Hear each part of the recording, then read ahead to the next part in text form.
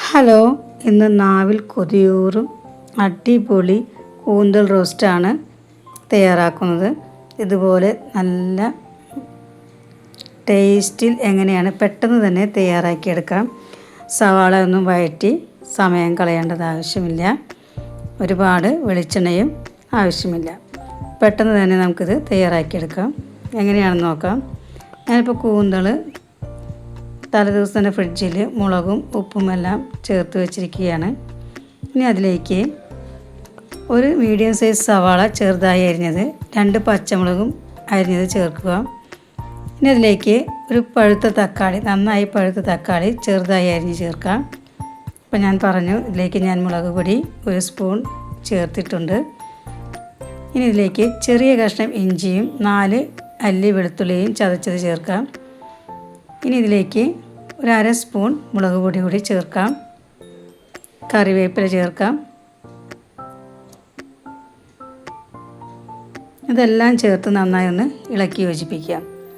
അപ്പോൾ 2 സ്പൂൺ മുളക് പൊടിയാണ് ഇതിലേക്ക് ചേർക്കുന്നത്.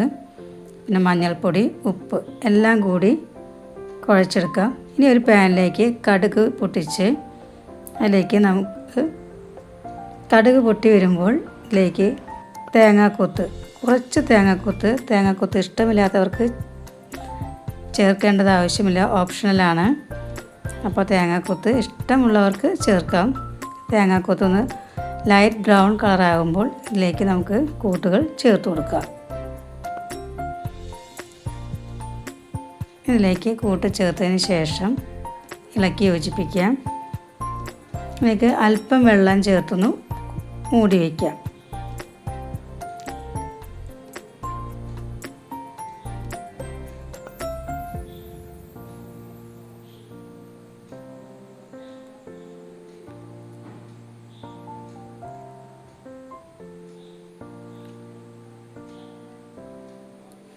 ഒരു 5 മിനിറ്റ് വെന്തതിന് ശേഷം ഇത് തുറന്ന് നോക്കി ഒന്നുകൂടി ഇളക്കി ഇതിലേക്ക് 1 സ്പൂൺ മല്ലിപ്പൊടി, 1 സ്പൂൺ ചിക്കൻ മസാല ഇവ കൂടി ചേർത്ത് നന്നായി ഒന്ന് ഇളക്കി യോജിപ്പിച്ച് വെള്ളം വറ്റുന്നത് വരെ ഒന്ന് മൂടി വെച്ച് വേവിക്കാം. ഒരു 20 മിനിറ്റ് കഴിയുമ്പോൾ തന്നെ നമ്മുടെ വെള്ളമെല്ലാം വറ്റി അടിപൊളി റോസ്റ്റ് ഇവിടെ തയ്യാറായിട്ടുണ്ട്. അധികം വെളിച്ചെണ്ണ ആവശ്യമില്ല. സവാള വഴറ്റി സമയം കളയേണ്ടതില്ല. സൂപ്പർ ടേസ്റ്റിൽ നമുക്ക് കൂന്തൽ റോസ്റ്റ് തയ്യാറാക്കി എടുക്കാവുന്നതാണ്. ഇതുപോലെ തയ്യാറാക്കി നിങ്ങളുടെ അഭിപ്രായം കമൻറ്റ് ബോക്സിൽ അറിയിക്കണേ. ഇഷ്ടപ്പെട്ടാൽ ലൈക്ക് ചെയ്യാനും സബ്സ്ക്രൈബ് ചെയ്യാനും മറക്കരുത്.